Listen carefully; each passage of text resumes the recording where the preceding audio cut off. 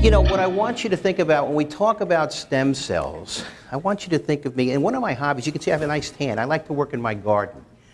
And stem cell therapy is sort of like planting a garden. Now, what do? Well, we have in the garden, we have soil, we have seeds, and we have fertilizer, okay? So there's our soil, there's our seeds, and there's our fertilizer. This is what I call the Holy Trinity. Now, has anybody here gotten better by your doctor?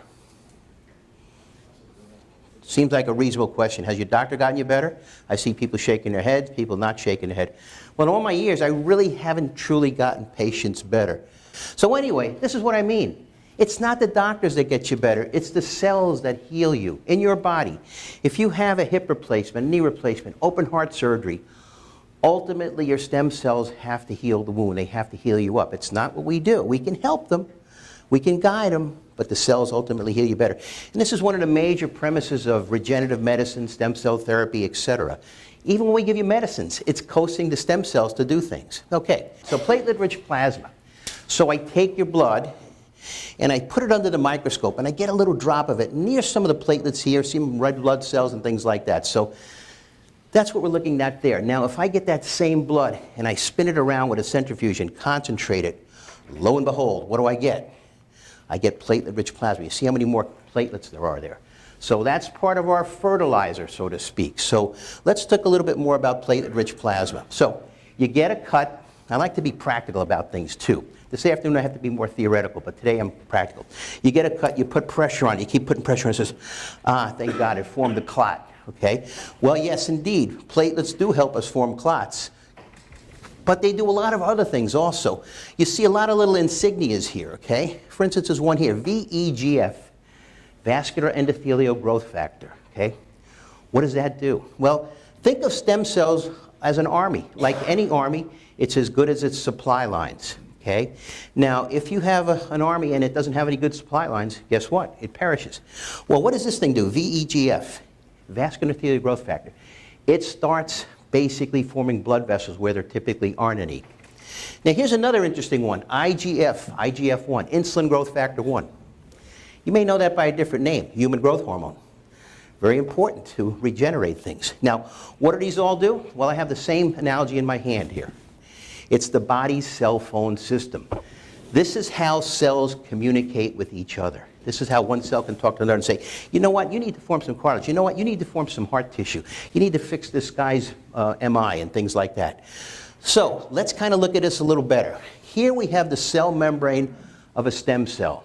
Now, the cell membrane is the eyes and ears of the cell. It tells the cells what to do. It kind of interacts with its environment. Now, the problem is sometimes because of the diets that we eat, a lot of, omega-6s, which are the bad fats, that gets full of these bad fats and the membrane doesn't work so well. So that's why we encourage our patients to take omega-3 fish oils, omega-9s, which are like avocado, nuts, olive oil, and things like that. That makes that membrane work better, and lo and behold, these little receptors then become more active and they can do a job a lot better. Okay, so if I take that blood and I spin it down, this is what I get. I get something called the erythrocytes, which are the red blood cells, okay? And this is the important thing here. It's called a buffy coat, okay? Now, it has the platelets in here, and it also has something called leukocytes. Leuko, I believe, is a Greek word for white, so it's the white blood cells. So they're very important. And then we have the plasma. So when we put these all together, we have platelet-rich plasma, okay? Now, basically, the bottom line for these is they basically help activate the stem cells. It acts like a fertilizer for the seeds, just as I'm saying. Let's go down to basic, simple things. All right, and basically we'll use a centrifuge, and that'll take care of things. All right, now, what do we do for the PRPs? Well, we treat various disorders of the shoulder like a bursitis tendinitis. We treat Achilles tendinitis, muscle tears. I just had an NFL guy. He had a partial tear of his quadriceps. We treated him a week ago, and he's doing fine. Some disorders of the spine, like the facets. We'll get into these conditions a little more shortly. All right, now I want to move on to stem cells. Okay, now does anybody out here know what the most important stem cell is? Any guesses? Don't be shy, What would you say? The heart? Well, that's a good guess, but the heart, there's many different kinds of stem cells. All right, I'm going to give you a different analogy. What's the most important instrument in a symphony orchestra? Violin. Well, conductor's not an instrument. Well, he's not an instrument. I'm talking about instruments. So we had a violin, a bass. Any trumpeters out there? Okay, so I want you guys to think about it a little bit, okay? We'll come back to that question. So, anyway, when we talk about stem cells, most of the cells we deal with are what we call multipotent, meaning they can form a lot of different type of tissues, but they can't form every type of tissue. Now, there are some pluri. Pluri is from the Latin word many. They basically can form many, many different types of tissue, almost anything, okay? Now, another question I want to ask. How many days do you think you'd live if your stem cells stopped working? Or months or years? Any ideas? Let's take a guess. Don't be shy. Nobody's going to, all right, what do you think it'd be? Days, weeks, years? What do you think? 24 hours. 24 hours. Well, we're going to promote you. You're very good. Here's why. You'd live 1 or 2 days without stem cells. Let me give you a very practical way of how this is pertinent, okay?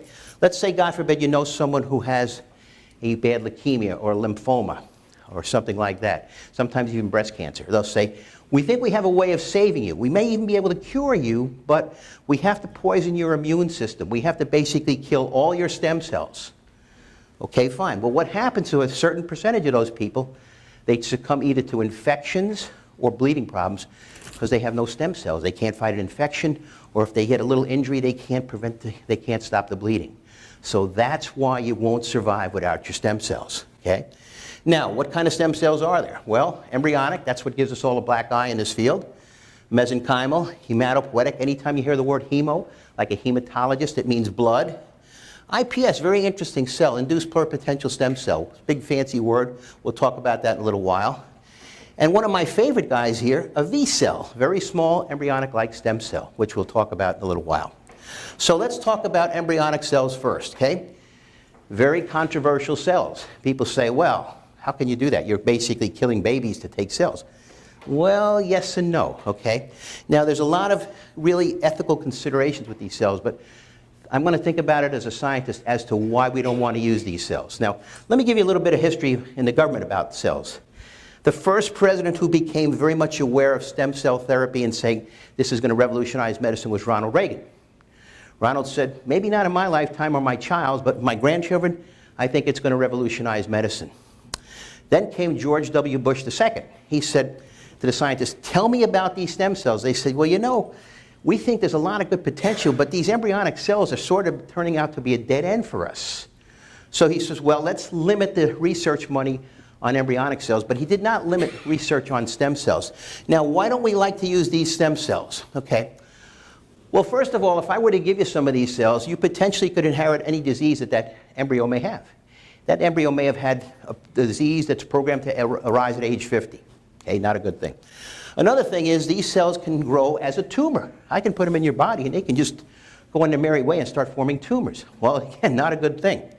And a very, very important thing is what we call immunologic factors. In other words, the body recognizes these cells as being foreign, and the cells recognize the body as being foreign. What do we have? Boom, we have a battle.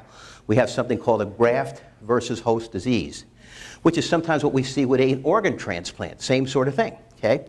Now, interestingly enough, these cells have a lot of potential, but they're at a dead end right now. Now, there's one department in the government that's very interested in these cells, and that's the Department of Defense, okay? I've got a very good friend in Australia who's cultured these cells, these embryonic cells, and made a special line, and these cells produce large, large amounts of human growth hormone. But what he's done is he's encapsulated them. So he can inject them in a patient. The cells don't recognize the body does not recognize these cells, and the cells will produce large amounts of human growth hormone, and meantime the body provides nutrients for these cells. So what do you have with large amounts of human growth hormone? Can't use it in sports because it's performance enhancing. Builds more muscle, more endurance, etc. But you don't mind that for a soldier. So they're very interested in these cells for possibly that reason. Now let's move on. That was a picture of Dolly the sheep. Everybody remember Dolly? Yeah. What did Dolly die from? Anybody know? What? Old age.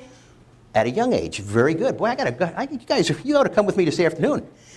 This way I can show the other docs how you guys know. Anyway, that's true. Dolly died of old age at a young age. Now, Dolly is not an IPS cell. But the idea is very similar. Dolly is a clone, okay? The difference. Now, what do I do with an iPS cell? Well, I get some of your skin cells, and I can subject them either to a virus or to some enzymes. Now, the problem, and what that can do is that can make it turn like an embryonic cell, but it's your own cell, so it's not going to have a lot of baggage. But the problem is, if I start injecting it with a virus, what happens sometimes, it turns on something in the body called an oncogene. And we all know what an oncologist is, a cancer specialist. Well, it turns on a cancer gene. Not necessarily a good thing. Now, secondly, we can do it with an enzyme, and that seems to work pretty good. Okay? Now, are these cells important? You betcha. Nobel Prize, 2012. They don't hand them out. And this is interesting because these cells have not been discovered that long ago. A lot of times it could take 20 years to get a Nobel Prize. This was just in a few years. Now, let's talk about what happens, though, why Dolly had a problem and why these cells may be a problem. Because of their what we call telomeres, which are the ends of the DNA, okay? Now, we see the telomere of an embryonic cell, nice and long. The longer that tail, the more efficient these cells are, and the better they do. Now, we see the tail of a regular adult stem cell. Look at how much shorter it is. So the shorter the tail, unfortunately, it doesn't work quite as well. It doesn't mean it doesn't work, it just doesn't work as well. Now, telomeres basically are also important. Nobel Prize, 2009. So you betcha, again, an important type thing, okay? Now, this is from an article that was written by a very good friend of mine, Dr. Bill Andrews, who's one of the world's experts on telomeres and their little idiosyncrasies. But anyway, what they're showing here, this is some work from Dr. DiPinero at Harvard, and he says, hey, when you get short telomeres, it starts activating certain compounds, and eventually what it does is it causes the mitochondria in your cells to fail. The mitochondria are the powerhouses of your cell. When basically the mitochondria are no longer producing power, your cells are going to perish. So what we know is when these telomeres get shorter and shorter, this is what happens. Okay, so the problem is when our cells divide, our telomeres shorten, okay? Now, when the telomeres shorten, our cells seem to decline in health. This is potentially one of the #1 problems in the US. Now, how does this really come into being also? Let me give you a practical example again. I like to throw these practical examples out. You have a child or a grandchild that's born. What do you like to say? Hey, we should save the cord blood. Good idea. Because those cells were the best they were ever going to be when that baby was born. From that time on, those cells keep degenerating, degenerating, degenerating. Your telomeres were better this morning when you got up than they are now, and they're going to be worse when you go to bed tonight. So it's a constant barrage of losing length in those telomeres. Now let's look at some of the diseases that involve telomere shortening. Heart disease, cancer, COPD, which is pulmonary disease, degenerative disc disease, Alzheimer's, rheumatoid arthritis, osteoporosis. Anybody know about progeria? I see some people shaking their head, okay? Progeria is a tragic disease. This is when you have an 8-year-old who looks like a very unhealthy 80-year-old. And what does he have in common with that 80-year-old? His telomeres are as short, if not shorter, than the 80-year-old. So he has extreme degradation of his telomeres. And you can look online, it's just tragic. You see these children, they look horrible. But they're all related to telomere shortening. So I want to go into this a little more, so I want to get out my microscope, okay? And we're going to look at this gentleman's skin under the microscope, and there's the skin cells. Now, next, what we're going to do is we're going to get out our electron microscope, okay? And lo and behold, there's the DNA, and where are the telomeres? These little end caps right here, okay? And that's what starts to go as our cells divide. Okay, so lo and behold, there's a telomere, there's an embryo, nice long telomere, and as that embryo starts to develop, let's see what happens. Okay, all of a sudden, we're going to start getting some shortening. You got a little baby now, but now watch what happens. Okay, look at how that telomere is going. Teenager is almost half gone. And the shorter the telomere, the worse the health of the patient. Now, there are some ways of slowing telomere degradation down. I'll get into that in a little while. We can't reverse it quite yet, but maybe on the horizon we might be able to.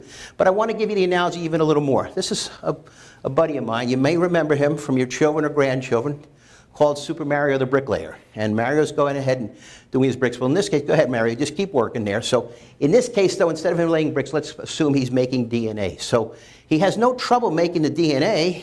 He just goes on and makes his DNA without any difficulty, keeps making it, he keeps laying those bricks down. But let's see what happens when he gets to this last little brick here.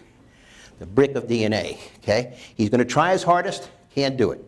Okay, so, all right, let's see what happens. He keeps going, no trouble. Let's see what happens here now. He's going ahead, laying his bricks down, laying his DNA. He's going to get to this last guy. Nope, can't do it, okay? And he's going to try again, and he just can't do it. And look, we were out here before, but now look where he's going to. Now, those of you, so there he is there, that's just a baseline. Now, those of you who kind of don't want to follow a good lifestyle, you want to kind of be a lot overweight and drink a lot and smoke and everything, well, you have something called accelerated telomere damage. Instead of losing one at a time, you lose 3. So be my guest if you don't want to follow a healthy lifestyle. So that's what we call accelerated telomere shortening. And this is really a very scientific thing here.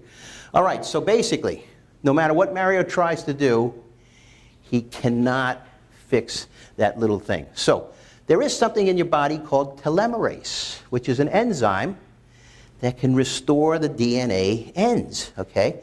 Now, there are some cells that make it. One cell that we know that makes it is a cancer cell. That's why cancer cells are basically immortal. They never, never die.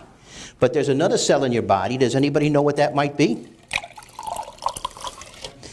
Wait, I heard something there. Well, yeah, yes, but no. All right, the other cell in your body that makes telomerase is a reproductive cell. That's why a man can be 80 years old, he can father a child. That child's DNA is not really short. It's the normal length. Now, he may have had some DNA damage from living 80 years, but the DNA itself is not small, okay? So let's see what happens now with telomerase coming into play. So we have Super Mario again. He's working his best, getting that DNA made until he gets to that last little bit there. But guess what?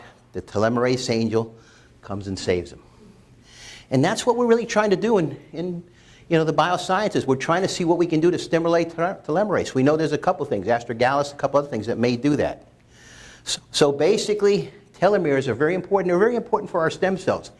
Anything I can do to kind of coax those telomeres to slow down in their aging is just nothing but good for us, okay? So basically, one of the secrets of life. All right, now, let's move on to Dolly. What happens with Dolly? Well, in Dolly the sheep, and unfortunately, they're going to try and do this in humans. I have a patient of mine who's a billionaire who's done this on himself already, but luckily, they've only been able to do it a little bit. He gets basically one of his skin cells, takes the nucleus out, puts it in an unfertilized egg. Now, lo and behold, technology at least has not allowed us to make this go on and on and on. We can only go a couple of divisions of cells. But interestingly enough, the DNA in his nucleus, in his own cell, it starts going back in age. Okay, so, but the slippery slope is that we start growing people just for body parts. That's a, really intense ethical question. Okay, so basically that's what we do, and just what I sort of spoke about here. Okay, now there's a very interesting cell that I like to use, and we're luckily one of the few people around that are using this cell. It's called a V cell, a very small embryonic-like stem cell. It says embryonic-like, but it's not an embryonic cell.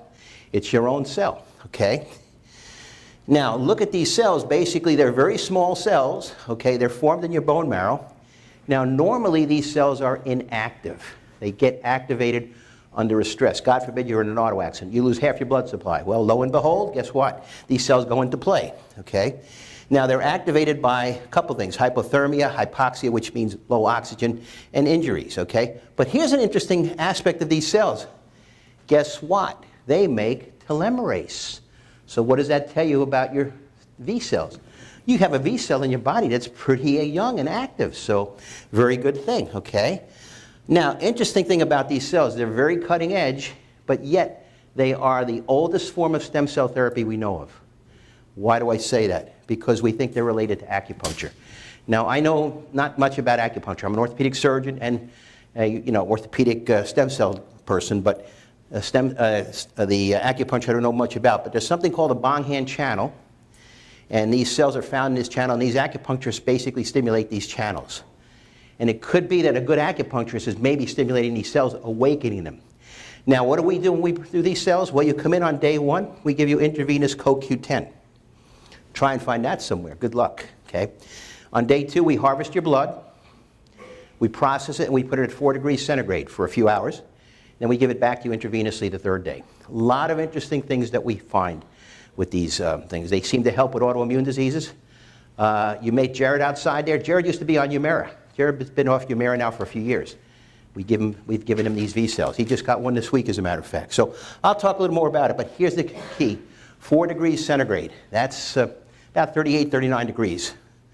Now, these cells also have something called Yamanaka factors. That's something I'm talking about more this afternoon. Anytime you see these kind of things here, this means you have a very powerful cell. It's a cell that can form almost any type of cell in the body. Heart cells, brain cells, et cetera, et cetera. Now, what do we observe with these cells? Well, we know also with these cells that they basically get turned on by parathyroid hormone. So basically, we're now giving parathyroid hormone to every patient we treat. Because a little bit, we don't keep them on a long time, but that gives us a little boost to make these cells go. And what does the parathyroid hormone do? Well, this is from the NIH, which is very prestigious, and it says parathyroid hormone is a chondroregenerative therapy. In other words, it grows cartilage, which is quite a task, to say the least, okay? Now, interesting, I'm going to be talking about this afternoon. When we give blood from a young person to an old person, it seems to reverse some of the aging, okay? They have one of the experts, he's going to be lecturing in the same division I'm going to be lecturing with, who is from, I think he's from Stanford, going to be talking about this afternoon. And we see a lot of interesting things, and we think it may be these V cells that may be doing a lot of this. So we think that we're onto something as far as age reversal. So what we do is we do these V cells, we have some formulas of oral growth factors that we use, we have a supplement program that we'll use, and we've had a few cases where we said, let's take some cells from our grandchild and give it back to a grandparent with some pretty interesting results. Okay? We've had some people, and I'm saying anecdotally now, where basically they've had some reversal of macular degeneration. I'm working with a retina specialist up at the Villages. He used to be in charge of retina at University of Florida and University of Massachusetts, and he's astounded by this. So we don't know. It seems to be working. All right, now, so we have what they call the Peter Pan protocol. You know, Peter Pan never aged. And one of the other things we like to use, unfortunately I left it at home, is a laser wristwatch. We wear this wristwatch, and the ones I have now are much more advanced than this. They have multiple colors. You put it on your wrist, and it basically zaps your circulation, your radial and ulnar artery, with the light from the laser. So what kind of cells do we use in our office? Well, we use hematopoietic, we use bone marrow, we use fat. That sounds odd, fat stem cells. And we use embryonic-like stem cells. All right, so a mesenchymal stem cell. Remember now, we were talking about the most important cell. Well, let's go back. What's the most important instrument in the symphony orchestra? They're all important, okay? The same thing holds true with stem cells. They're all important. So when you see somebody online who's saying, oh, we're culturing these cells. Well, first of all, you can't culture them. The FDA does not allow it. But it's not going to really work too well because the body is not made to just use a preponderance of one type of cell. It works as a symphony, okay? Now, basically, a mesenchymal stem cell was one of the granddaddies of the cells. And we say, oh, this is a cell that can produce everything. Not really. What it does something called immune modulation. What does that mean in English? It calms down an inflammatory response. Again, let's go back to the practical nature. Remember that cut we got? We put pressure on it. It clotted, good. Then what's happening a day or two later? All of a sudden it starts getting mean, red, and angry. You say, oh my God, it must have an infection. No, it's not really an infection. It's an inflammatory response that the body is launching. Now, if that response is not closed down, guess what? The body's never going to heal that thing. You have to get that inflammation down. And that's what these cells are really good at doing, okay? They're like little drugstores, little biochemical factories that produce all kind of growth factor agents. Remember my cell phone? That can get the inflammatory cells down, okay? And this is from the work of Dr. Arnie Kaplan at Case Western. He said, okay, a lot of these cells start on blood vessels, and lo and behold, when they get activated from an injury, they form these mesenchymal stem cells. And mostly the time they're doing this immune modulation. They're calming down the inflammatory response. But here's a good analogy I like to use. These are like Navy SEALs, okay? They're very specialized. They're going to be put into a very hostile area, very much may not survive, but their job is to secure that area so the other cells can go in there and do their work. Now, I feel pretty good in that I've been able to find a hand right here. That's the only, there's 5 guys there. I can't see any of them, but I think I found a hand here looking at this so many times. So anybody see anybody else there? I can't. All right, so let's move on. Now, interesting enough, here's some of the things that the mesenchymal stem cell can do. Okay, it can form blood, it can stop cells from dying, but here's a very interesting thing also, an antibacterial effect. Okay, and how is that really important? Well, it saves the lives of all the women. Here's why. You know, when a woman has a menstrual period, that's a setup for a sepsis, an infection, because you have blood in a body organ, basically. Germs would love there and just love it to go in there and just start growing. But the menstrual blood has a lot of mesenchymal stem cells, which secrete this LL37, and it just prevents any infection from happening. So that's what's really important about these. All right, so basically, when we look at these cells, are there any risks? No. These cells do not form cancers. That's a misconception. That's not going to happen or anything like that. There's never been one reported case of that. Now, hematopoietic stem cells, the blood guys, okay, these are the real workers. These are the ones that actually cause the tissues to form new tissue, et cetera, et cetera. And they do this by changing from one type of cell to another, by plasticity, okay? Now, adipose tissue, fat tissue, same thing, okay? It's a treasure trove of stem cells, okay? Believe it or not, you're fat, okay? Now, look at some of the things we get from fat stem cells, okay? Pancreas, well, there's a lot of work being done with diabetes, okay? Cartilage, liver, myocardium. University of Miami is doing a lot of work on the heart with these cells. So there's all sorts of things we're getting from adipose-derived mesenchymal stem cells, okay? Now, if you look at the fat versus the bone marrow, there's a lot more of these mesenchymal cells in fat than bone marrow. But overall, bone marrow still has more stem cells. But remember now, the mesenchymal cells are the Navy SEALs. But the bone marrow has way more in the way of soldiers and things like that. So that has to be kept in mind. So how do we obtain the fat? Well, some of these are really not allowed by the FDA at this point. So we just do a simple liposuction, okay? FDA does not allow that. Now, you may see some people advertising online, they're going to take your fat and break it down with an enzyme. Absolutely not allowed by the FDA, okay? That's called more than minimal manipulation, okay? And I have on this slide, it's a gray area. Well, as of November of 2017, it's a black area. They say it's a no-go, okay? And the other thing is, when you start breaking it down like that, you lose some protection. Here are your stem cells. Here's what they call a fat cell. And that fat cell can kind of act like bulletproof vest, and it can protect the cells from that harsh environment of the joints and things like that. Now, looking at the bone marrow, okay? We do our procedures under local. It's not a horrible thing like you think. As a matter of fact, the patient told me once, he says, "Doc, your procedures are like getting your teeth cleaned. 90% of the time, I'm not even aware of it. 5–10% of the time, I get a jolt. By the time I realize it, it's gone." It takes us 5 or 10 minutes to do the fat, 5 or 10 minutes to get the bone marrow. So it's not a long endeavor. Here's the problem we have with bone marrow, though. Again, mesenchymal cells, the Navy SEALs. As we age, they go down, okay? So that's why we like to use a fat graft with the bone marrow, because once we do that, we can get this 80-year-old to be more like in this range here, because then we have proper numbers of cells, okay? Because the hematopoietic guys don't decrease with age. So the bottom line is we like to use both. Now, here's something that kind of rubs me the wrong way somewhat, okay? You're going to hear a lot of ads and a lot of things saying, why would you use your own cells when you can use the cells from cord blood, when you can use the cells from placenta tissue, when you can use the cells from the amniotic tissue? Well, that's all well and good, okay, except they're really zombie cells. FDA does not allow these products to have live cells. So if you have a doctor who's telling you he's giving you cord blood stem cells and these other things, he's just giving you growth factors. I'm hoping that he basically is misinformed and he's not dishonest, because it's not allowed. Because here's what happens. It's very specific, okay? Most of these products are registered with the FDA as what they call a 361, meaning it's a tissue product only, okay? Which is fine, has growth factors. But as soon as they cross the threshold of having, quote, live cells with some metabolic activity, the FDA says, hey, you've now made a 351, and guess what? Ooh, this is not available to the public. You have to do a clinical trial, spend a lot of money, and get this approved. So that's why there's no real live cells in these products. So just to keep that in mind. If you're being told by that, pin the doctor down, and he's got to give you the real literature on it, because it's not allowed. FDA does not allow live cells in these products. Now, when you bank your blood, your child's blood, yes, there are live cells in there, but going back and using it, unless you're using it for like a leukemia or something, is not allowed. So there you are, okay? An exosome. Exosome is basically We used to think that stem cells made these little biochemical factors, and lo and behold, here they are.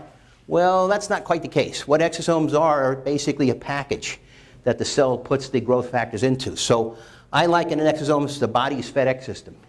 Gets to the right place at the right time. Again, like the practical stuff, okay? The largest and best source of exosomes in your body is your saliva, okay? Practical example, you have a patient or a friend who has chest pain. He says, oh man, I got a lot of chest pain. He takes out a nitroglycerin tablet, puts it under his tongue. Within seconds, voila, he's better. Because that nitroglycerin was picked up by the exosomes, went to the right place at the right time. His heart made the blood vessels dilate, got more blood, he's fine. So that's how that works, okay? Interesting thing here called photoceuticals. You go to your doc, you get a prescription, it's a pharmaceutical. You go to the supplement shop, it's a nutraceutical. But things that are made in reference to light, it's called a photoceutical, okay? And those are very important things that to have. And this is some of the principles of laser. Now, most of the lasers that you see advertised don't work because they don't penetrate deep enough, okay? That's the real bottom line there, okay? This is a light that we use for all of our stuff, be it PRP, fat, bone marrow, etc. We put them in this light for 20 minutes, and it seems to work very well, okay? Now, DC stimulation, okay? Here's a brace. I use it on a lot of my athletes, okay? Silver fibers here, a little micro generator of current here. And what does this do? Well, it increases microcirculation, increases VEGF, remember that? It's the guy that makes blood vessels. And something called nitric oxide, which I'll get into shortly, and ATP, remember the energy of the cell. So that's an interesting thing. So, basically, where do we use stem cells? Where do we use PRP? Well, areas that really don't have much of a blood supply, we probably have to use stem cells from the get-go, where if they have a blood supply, it's not as necessary. All right, so basically, who's not a candidate for these? Well, if you have a bone marrow-derived cancer. I just had a lady the other day, has chronic lymphocytic leukemia.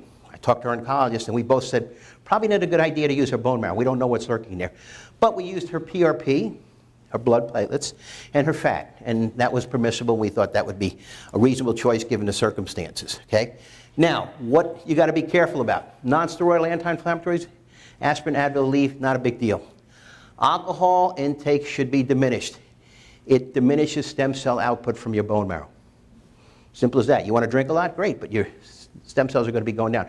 Think of people you know who are alcoholics. They don't really look too healthy, and that's because they don't have the number of stem cells they want. If you're on a blood thinner, I keep you on a blood thinner. I'd rather you just have a little bit of bleeding, and knock on wood, we've never had a problem, than God forbid have a stroke or heart attack or something like that. So we never take a patient off a blood thinner. Cortisone, we don't think such a good idea in a joint or something like that within a couple of days of the stem cells, okay? Now, what other materials are used with stem cell? Anybody know about hyperbaric oxygen? I see a lot of head shaking. How's it work? Well, let's hear some answers. Helps heal wounds, right? Well, you're right about that. It heals wounds, but how does it do that? This is a question I know they're going to get wrong this afternoon, too, so that's okay. Believe it or not, it's not really the oxygen. Okay, what did I say in my second slide? What heals the patient? Stem cells, okay? So here's what happens. When you give somebody hyperbaric oxygen, what does it do? It produces nitric oxide. That's not to be confused with laughing gas, which is nitrous oxide. Totally different deal, okay? Nitric oxide basically stimulates our bone marrow to produce way more stem cells than it normally does, okay? And that's how hyperbaric oxygen really works. Now, this is not my epiphany. This is the work of Dr. Tom at the University of Pennsylvania. And he said, hey, that's how, this stuff works. It makes more nitric oxide, which over 20 treatments increases the stem cell output 8-fold. So that's why when you have that diabetic with a foot wound that won't heal, all of a sudden he gets more stem cells in the circulation. They start going over to that foot wound because they get attracted to it. And voila, we get healing. Okay, so basically I said to myself, well, that's great, except that's not practical for me. I get patients that may come in from Europe or South America or California. They're not going to stay here for 3 weeks to get 20 hyperbaric oxygen treatments. And it's also expensive. So I said, what can I do? So I scoured around and really did research, and I found a couple of good products, okay? I'm going to give you guys a real pearl now. There's a product out there. It's over the counter. It's called Neo, Neo-40, Neo 40. This is licensed by the University of Texas, okay? When you want to look at a supplement and you want to look at its pedigree, if you see a supplement is basically licensed by a university, you know you've got something good. Okay? So lo and behold, I found this. It's made from beets. You may have seen it advertised on TV. Beet juice, beet elite, etc. It increases nitric oxide in your body. Go and read. I could give a lecture for the next week on nitric oxide and still not be done. It does so many good things for your body, okay? And we get deficient in it as we age. Now, why do they say Neo 40? Because after age 40, our body loses the ability to really use L-arginine very well, which is another form of nitric oxide stimulation. And then the other thing is supplements. We have to be a little careful with some of the supplements because they may,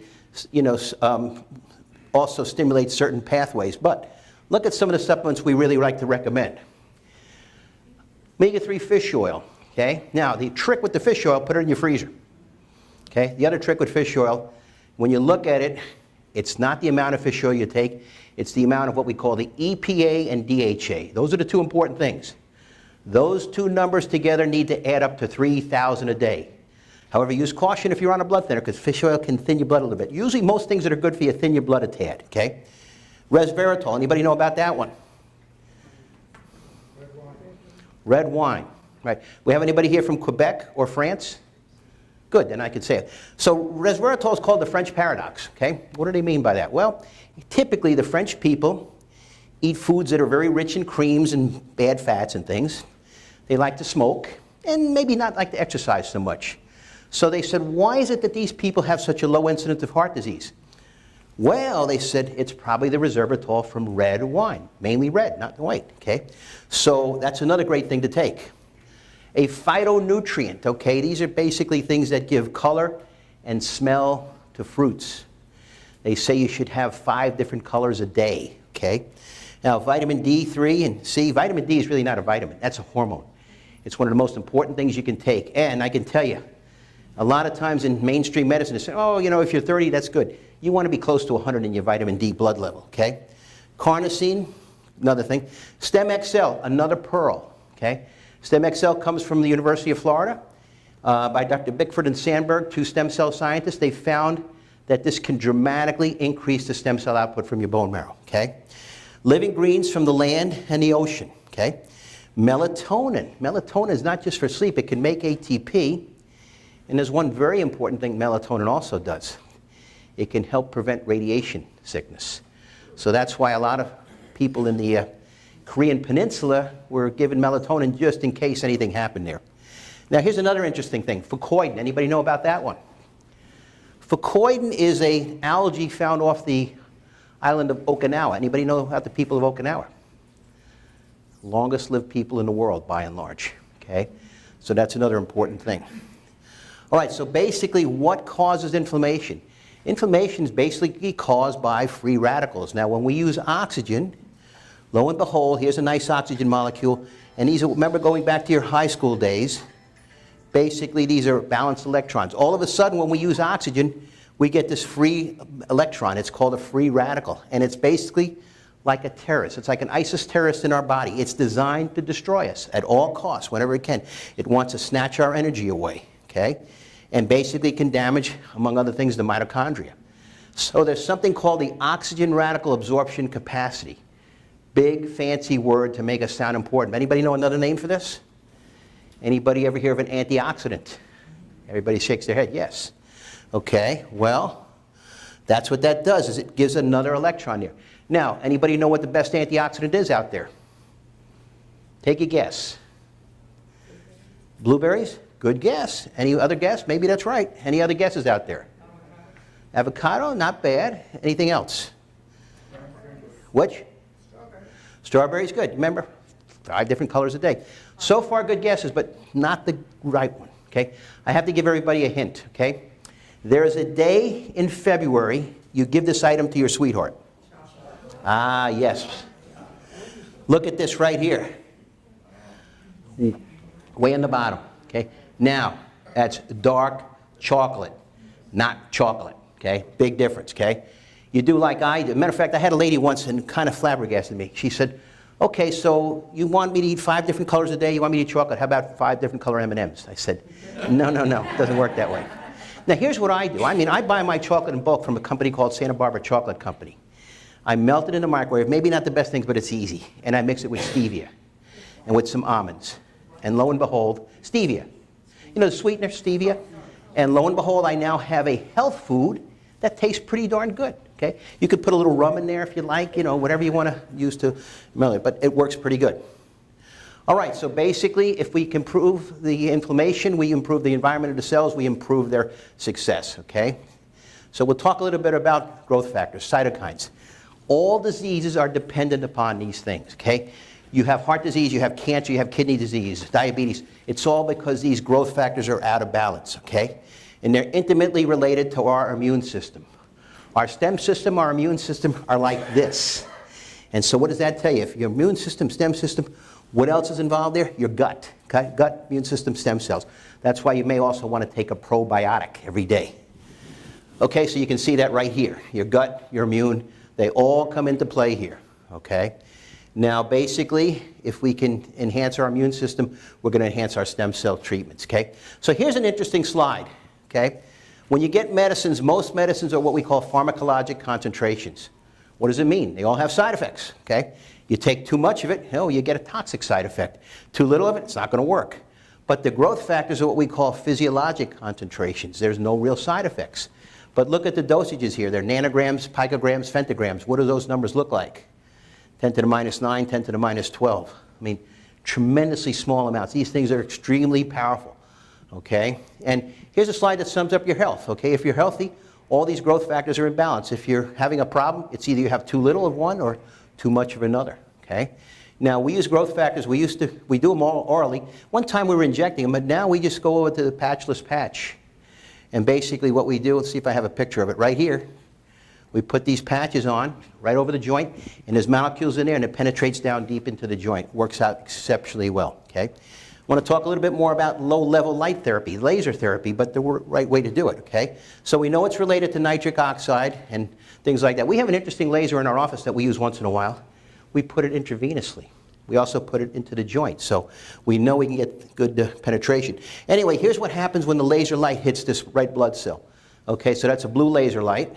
It's hitting that cell, and lo and behold, it's releasing nitric oxide again, okay? The free radicals are reduced, so it's an interesting concept there. Now here's sort of a slide that ties everything together. It looks like the blue states and the red states, but you have stem cells, you have PRP, you have light therapy, you have nitric oxide, all sort of related, and this is our immune system down here. And if you get one out of kilter, it's going to affect everything, okay? So basically, what do we really follow? We follow the same day, same patient, same facility, minimal manipulation. FDA does not want us growing your cells in a lab. Doesn't want us to start breaking them down with all kinds of enzymes and things like that. Okay, now what conditions can we help? Well, basically arthritis, we can deal with most all joints. Tendinitis and tendon tears, rotator cuff tears. Neck and back problems, as long as it's not really radiating down into your arms or legs. If you're getting a lot of arm pain or leg pain, I'm probably not going to be able to help you. Okay, so just keep that in mind. And we've had some pretty darn good results with autoimmune diseases, including what we think an autoimmune disease is osteoporosis, okay? Now I want to talk a little bit about tendinitis versus tendinosis. We're almost done here. Tendinitis is you go to bed, you wake up next morning and says, oh my God, my shoulder is killing me. Well, you need to see me there in my orthopedic office to get a cortisone injection, because that's an acute problem. But you say, I'm going to see if I get better. And 3 months later, man, I'm not getting better. That's now a tendinosis. Now that's where the body has sort of given up on trying to get this better. And a lot of times we need to do PRP on that with fat or something along those lines, okay? And that's what happens when you have tendinosis. It just kind of discombobulates all the collagen fibers, okay? Now, osteoporosis. Okay, osteoporosis is when your bone becomes very brittle. It becomes very spongy. Here's good bone, here's osteoporotic bone, okay? Now, here's some pretty sobering statistics here, okay? The mortality risk of a hip fracture is 20% in the first 12 months. I've done thousands of hip fractures, and not everybody survives for a year, okay? Just to keep it in mind. And look at this, a 50-year-old woman has a similar lifetime risk of dying from osteoporosis as from breast cancer, okay? And 93% of the women don't think they have it, okay? Now, men also get it too. We'll get into some of the other stuff shortly, okay? So we know that these V cells that we're doing, we've had some pretty dramatic results in osteoporosis also. And you can see some of the things here. So here's some more statistics. 1 out of every 3 women at age 50 will have a fracture. Age 60, it's 1 out of every 2. And men, it's 1 out of every 3 after age 60. You're going to get a fracture from osteoporosis. Okay, now here's some of the drugs that we use to treat osteoporosis. But in all my years in orthopedics, I never put patients on these drugs.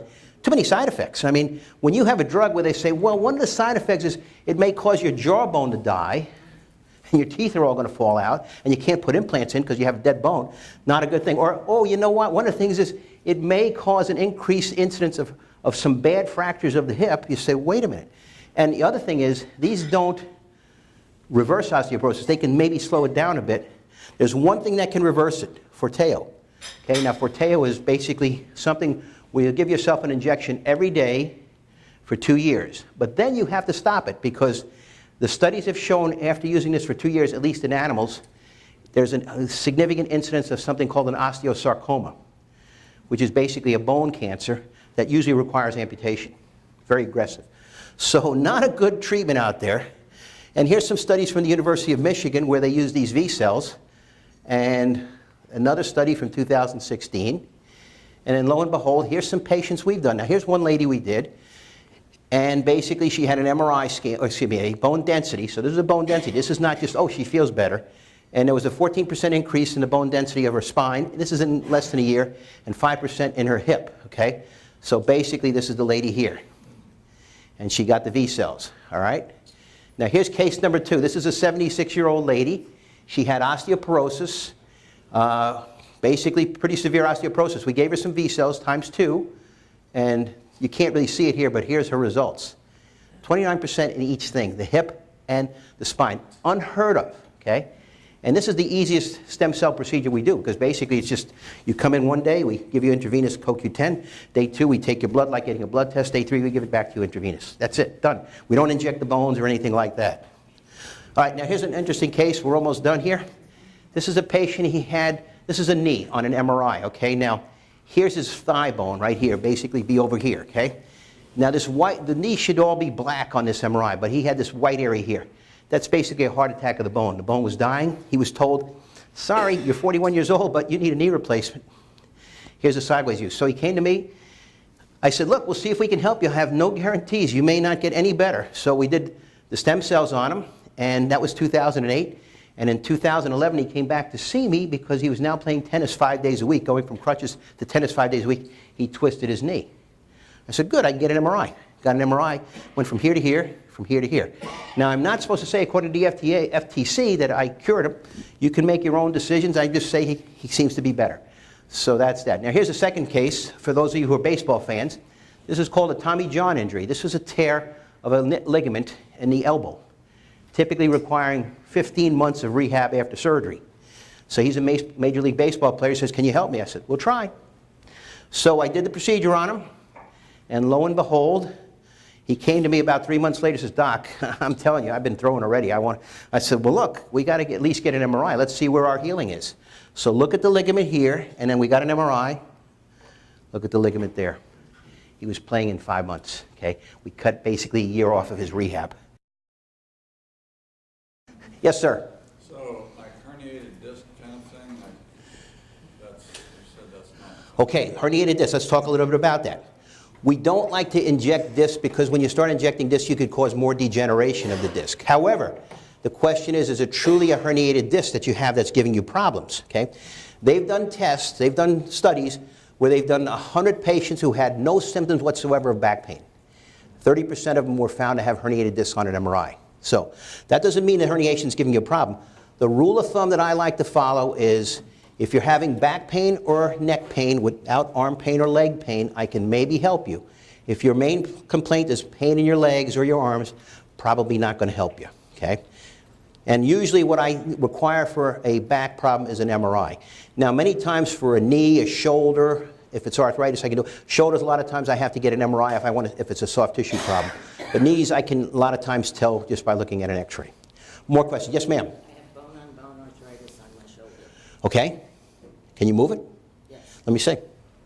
Probably can help you. I mean, again, there's no guarantees. Now, we don't cure anybody. It's not like, oh, yes, we're going to cure you. We can make you better, okay? And we can buy you time. But we've had good success with shoulders, okay? Yes, ma'am? Okay. Both ankles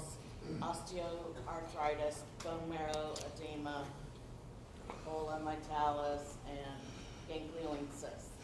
Well, you know, maybe we can help you. I mean, make an appointment, see me. I can't say offhand. Something we deal with, though. I mean, if you have a fused ankle, I'm not going to be able to probably help that. But if it's not fused with some arthritis, we can probably help you. More questions? Is CoQ10 that they sell in drugstores the same thing you were talking about here? Same thing, but you'll never... the problem is with the CoQ10 that's sold in the drugstore, you don't get any absorption of it. So it doesn't do any good. It's basically Well, look, I take it myself. I mean, I'm hoping that I'm absorbing some. Okay, but I can tell you, you're not going to get the absorption like you get intravenously. That's just, there's no dispute about that. Okay? Yes, sir? Peripheral neuropathy, that's my other, got the back pain with peripheral neuropathy, what is that? In both feet? What's the cause of it? It's idiopathic, that's what I've been diagnosed. You know, we've done some occasional cases.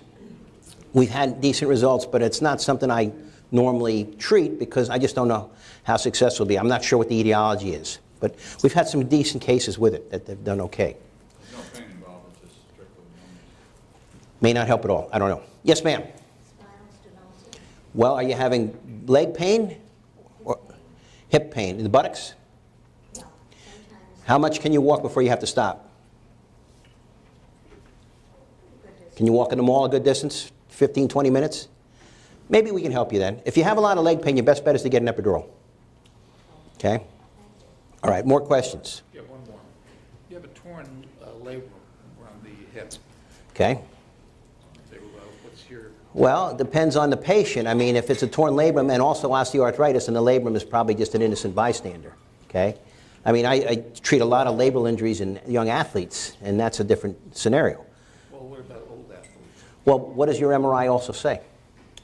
Because it's a torn labrum, and that's what the MRI said. But does it also say some osteoarthritis, grade 2, grade 3 or something? I mean, it's something. Come see us then. I mean, if it's an isolated labrum, we've had good results with that, but Tendinitis. Huh? Also some tendinitis. I'm still suspicious you have some arthritis in there too. Okay. Now, sometimes what I can do to make a diagnosis, I'll see a patient, I'm not sure if I can help them. I'll say, okay, I'm going to do a road test on you, where I'll give them some Novocaine, or lidocaine, what we call it, into the joint, and if all of a sudden, and it works instantly, and all of a sudden they say, hey, my pain's gone, then I know I maybe can help them. Yes, ma'am? Is it important how much bone density you do have in order to get the stem cell? No, I mean, you know, no, it's not important. Obviously, for all I know, maybe the worse it is, the better they may react. I don't know. I mean, I haven't really been able to take it down that far. So we're just treating, you know, patients with osteoporosis, osteopenia. Okay. Yes, ma'am. Yes, Miss Betty. Yeah, I wanted to know if you can regenerate the nerve, because the patient, which is my husband, hoped to be, and he's getting to a part where he can't hardly walk. Come listen to my talk this afternoon down in Hollywood. No, listen, I think we're still a ways away from regenerating nerves, okay? There's a lot going on there, and it depends on what the condition is and things like that. So there's a lot of different things that go into play here. Nerves are kind of tricky to deal with, okay? Now, the other thing I want to tell you, if you see a website that says, oh, we treat Alzheimer's, we treat Parkinson's, we treat ALS, when you treat everything, you treat nothing, okay? You're not treating all these. It's impossible to treat all these different diseases. You can't be an expert on everything. I try and stick pretty much to orthopedics and some autoimmune stuff, and that's it. I treat what I know. Yes, sir? What about systemic? They say that you put the stem cells systemic where it's going to, you know, go through the whole body and Correct. keep the stem cells that you put into a certain area from moving around. Well, it depends. You're given systemically, yeah, it depends on what you're given systemically. I mean, you know, in the Cayman Islands, I go to the Cayman Islands, I'll be there in 2 weeks, I guess. I'll do some stuff systemically, but a lot of those cells that I may use may get stuck in the lungs. Not that it's going to be a problem, it helps COPD. The little cells, the V cells, they go everywhere because they're small enough to escape the lung. But a lot of the cells get stuck in the lung, you know, when you do regular SVF. But you're not supposed to do SVF in the United States anyway, so I don't. Yes, ma'am? Partner with any other states? What? I live in Connecticut, and I'm just here temporarily. You know, I'm starting a network now, so we're little by little we're getting other doctors. I'm sharing my techniques with them. I don't know if we have anybody in that area right now, but you know, I'm not aware of anybody yet. But I can check and see. Okay? Huh? Anyone in New York? Anyone in New York? There's somebody I deal with, but I have to be honest with you. I wouldn't have them treat me. So, Your office is in Boca. I mean, the one guy I'll have treat me is down in Sao Paulo, Brazil. I taught him everything. He's an expert, and that's about it, okay? But, you know, I beg your pardon? Your office right here in Boca. Yeah, my main office is Boca Raton, okay? I mean, I see some patients occasionally in the Dominican Republic, and I go to Cayman Islands once a month, so I'm kind of busy sometimes on weekends. Yes, sir? My question also related to nurse service. Could you speak up a bit? Yeah, my question related to nurse service. My brother met accident and his nerve got cut, spinal nerve cut L5 and 6. Spinal nerve. Spinal nerve. But what's her problem? So you paralyzed the entire body. You know, yeah, as much as I like to say, yeah, I think we could help, I'm not sure we're at the point where we're helping. You know, you hear all these crazy stories, but I don't know if we can help right now. Okay, I think soon we'll be able to. We treated one person in the Cayman Islands. He got a little better, but I don't know. I'm not sure. Okay, I certainly wouldn't treat her myself. I mean, that's, you know, not something I would do. Yes, ma'am. I'm getting Supar injection, I'm like on my second one. What are your opinion on that? Suparts. Okay, lady said she's getting Suparts. That's hyaluronic acid, okay? You may know it as chicken comb or whatever, rooster comb, rooster fat, whatever you want to call it. It's a hyaluronic acid. It can help temporarily. It's a temporizing measure. It's not a cure. It's not going to get it better, but it can make it feel better for a while. I use it in my orthopedic office still. Yeah, it does help, okay? Any more questions? Where does the insurance industry stand? Insurance industry does not pay for these procedures, okay? So the costs are basically, the least expensive thing we do is around $900. The most expensive thing we do with somebody who has bone-on-bone arthritis, the full treatment's around $6,000. Okay, so it goes anywhere between those things. And when I say the full treatment, it's, you're going to get the bone marrow, the fat, the PRP, plus 3 additional PRP booster shots, all for that, the $6,000, okay? So then we try and be reasonable. I came from a working family, so I try and be reasonable about it. We have a lot of cost involved and things like that. Any more questions? Yes, ma'am. Are you doing any research for the FDA in order to get it approved? You know, research for the FDA, actually, I'm going to be involved in a research with the patches. You know, doing research for the FDA is extremely costly. I mean, it's millions and millions of dollars. So, you know, an average person can't really do it. I mean, we can band together and do it. But, you know, the FDA is trying to do good because there's a lot of what I call cowboys out there. I mean, these people are promising everything. I'm helping these guys form a meeting at the, I think it's going to be the Oriental in Miami, but I said, you can't do all these crazy things and have these people lecture.